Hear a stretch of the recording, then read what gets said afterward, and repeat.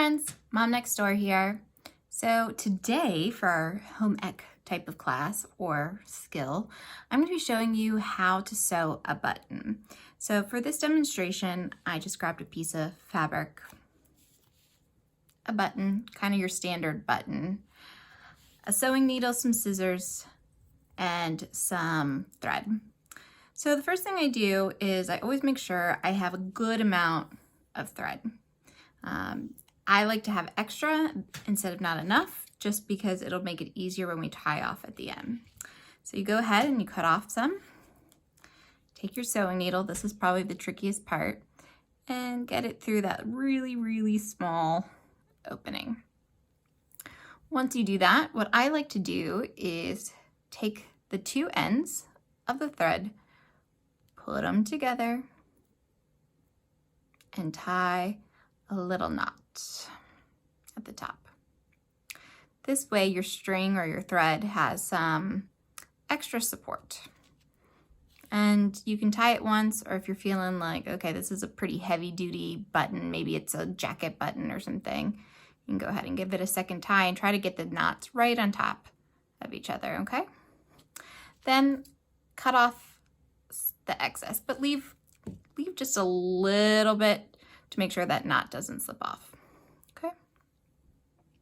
All right, so then take my thread, and there's a couple ways you can do this. You can either, let's say the button was missing from the shirt on here.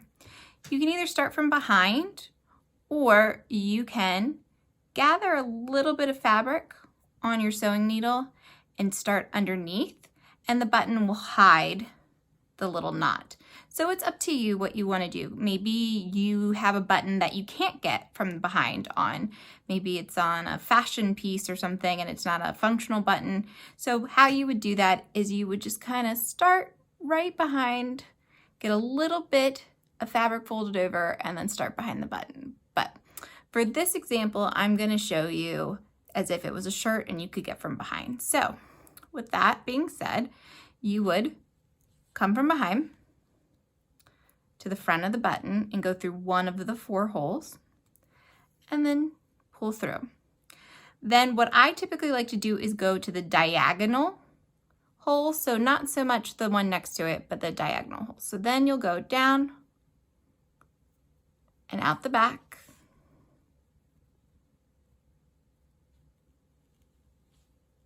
Okay. I like to do that twice. So go into the same hole that you originally went in when you made your first pass with the thread. Okay. And then go again out the other side.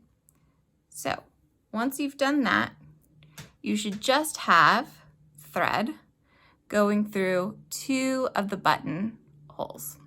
Okay. Now, go to one of the buttonholes that you have not gone in, and you are going to thread from behind, okay, and come up, and now diagonal into the other buttonhole that also hasn't been used yet, and pull through,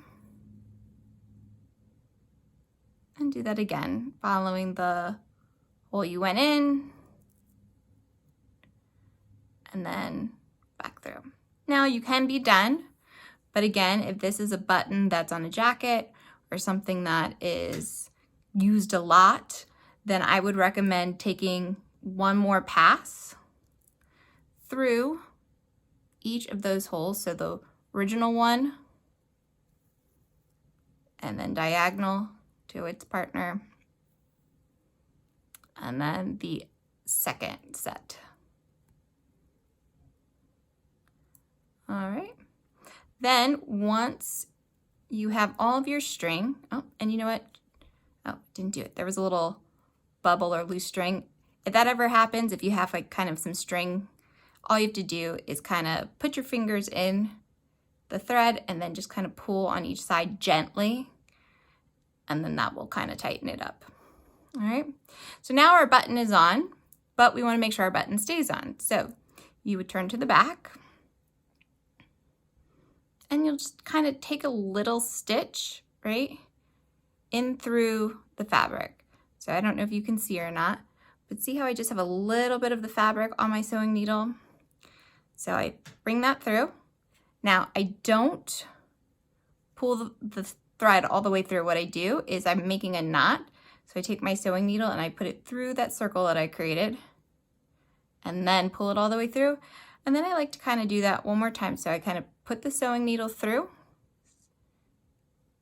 All right.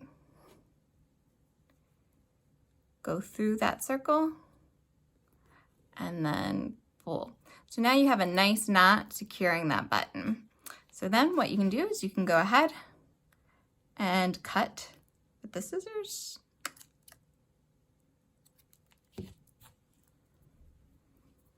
And you have your button back on your shirt.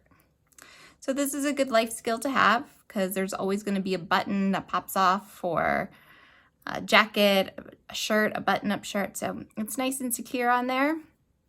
If at any point you ever had to take a button off, they make certain tools for sewing, but if you're in a pinch, you can get scissors and you just cut the thread there and it'll release the button off.